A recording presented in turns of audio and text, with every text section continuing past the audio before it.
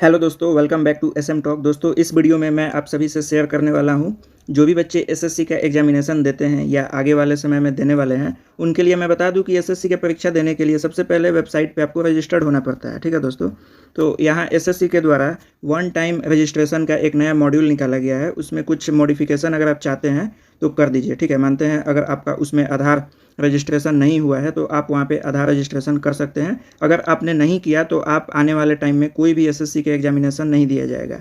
और ये जो वन टाइम रजिस्ट्रेशन है, ये आप कभी भी एडिट नहीं कर सकते हैं, क्योंकि इसमें एसएससी द्वारा टाइम टू टाइम नोटिस निकाला जाता है और वो एक स्पेसिफिक डेट देती है। उसी डेट के टाइम में आप मॉडिफिकेशन कर सकते हैं। तो जैसे इस टाइम अभी 13 अगस्त के बीच में ये नोटिस आया हुआ है और मैं आपको बताऊंगा कि इसका लास्ट डेट कब तक है और इससे करने का फ़ायदा क्या है, नहीं करने का क्या फ़ायदा है, ये सारा जानकारी मैं इस वीडियो में देने वाला हूं।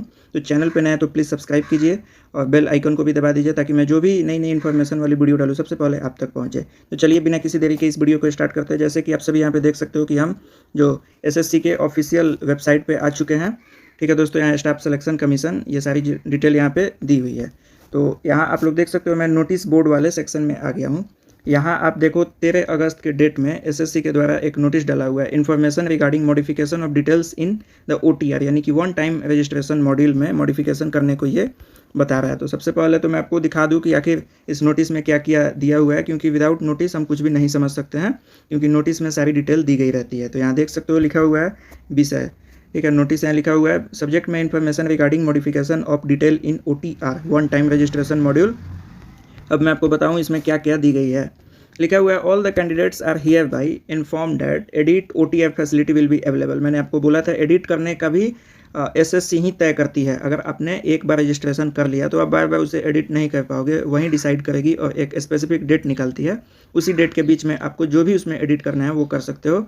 तो लिखा हुआ है date edit OTR facility will be available from 14 August 2025 से 31 अगस्त 2025 तक के बीच में आप लोग एडिट कर सकते हो। लिखा हुआ है candidates who wish to modify, ठीक है, correct their details are advise to utilize the said facility within the application time duration. अगर कैंडिडेट चाहते हैं किसी भी तरीके से उसमें करेक्ट करने का, तो उनको एडवाइस किया जाता है कि एप्लीकेबल टाइम के दौरान वो क्या कर सकते हैं, इन सभी चीज़ों को चेंज कर सकते हैं। मानते हैं अगर आप फॉर्म फिलअप करने गए तो वहाँ कहेगा कि एक बार आप लोग आधार वेरीफाई कर लीजिए, या कोई चीज़ मिस्टेक हुई है तो उसे सुधार लीजिए। फिर लिखा है detail one submitted will be consider for future examination. एक बार आपने सबमिट कर दिया तो फिर फ्यूचर एग्जामिनेशन के लिए वो सही हो जाएगा। And the candidate will not be permitted to edit OTR detail beyond the aforementioned window. यानी कि अगर ये डेट के बीच में कोई भी कैंडिडेट अपना ओटीआर मॉडिफाई नहीं करता है, सबको करना है, उसमें कोई ना कोई एक फॉल्ट नज़र आ जाता है जिसके लिए सबको ये करना आवश्यक है। तो अगर इस टाइम के बीच में नहीं करते हैं तो उनको ओटीआर करने का मौका नहीं दिया जा रहा है। दूसरा ऑप्शन है कि further the candidates are requested to contact help desk via telephone और ईमेल फॉर एनी क्वेरीज। अगर किसी भी स्टूडेंट को कोई क्वेरीज है ओटीआर से रिलेटेड तो वो मेल कर सकते हैं या टेलीफोन नंबर दिया हुआ है उससे बात कर सकते हैं। Keep note that the representation submitted in a physical form will not be entertain. ये सभी ऑनलाइन है, कोई भी फिजिकल फॉर्म नहीं है। यहाँ देख सकते हो लिखा हुआ है under secretary to the government of India 13/8/2025। तो ये हमारा क्या हो गया, तो नोटिस हो गया।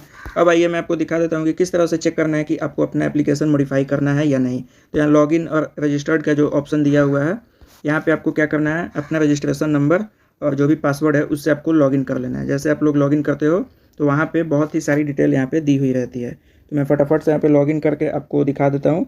जैसे कि मैंने यहाँ पे एक स्टूडेंट का यूज़र आईडी और पासवर्ड डाला, उसके बाद यहाँ पे हमने क्या किया, तो कैप्चा डाल दिया। विदाउट कैप्चा आप इसे नहीं कर सकोगे, ठीक है। उसके बाद यहाँ पे लॉगिन कर दूंगा मैं। जैसे मैं लॉगिन करता हूँ तो एक न्यू पोर्टल ओपन आएगी लॉगिन पेज का, जिसमें आपसे संबंधित सारी डिटेल उसमें दी हुई होती है। इस तरीके से आपका लॉगिन आईडी खुलता है। जैसे कि इसमें इस बच्चे को ये आगाह कर रहा है कि आप अपने अकाउंट के सेफ्टी के लिए आपको रेकमेंड किया जाता है कि पीरियोडिकली अपने पासवर्ड को चेंज करते रहिए, किसी के साथ शेयर नहीं कीजिए। तो यहाँ इसका पूरा डिटेल दिया गया है, ठीक है दोस्तों।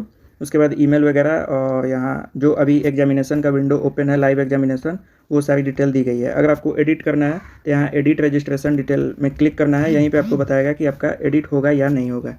तो जैसे हम यहाँ पे क्लिक करते हैं तो यहाँ देखिए इस बच्चे का किसी भी प्रकार की कोई इसमें गलती नहीं हुई है। इसका जो आधार है यहाँ पे देख सकते हो वेरीफाइड लिखा हुआ है। अगर जिस बच्चे का वेरीफाइड नहीं होगा उसका कोई भी एप्लीकेशन अभी नहीं फ़िलहाल भरने देंगे एसएससी के जो आयोग है। इसीलिए हमेशा time to time OTR update करने को वो बोलते हैं। तो ये नोटिस थी, मैंने सोचा कि सभी एसएससी स्टूडेंट को ये बता दूं। अगर आपको ये वीडियो अच्छी लगे तो प्लीज़ लाइक कीजिए, चैनल पर नहीं तो सब्सक्राइब कीजिए। तो मिलते हैं किसी नेक्स्ट वीडियो में। टिल देन बाय, जय हिंद।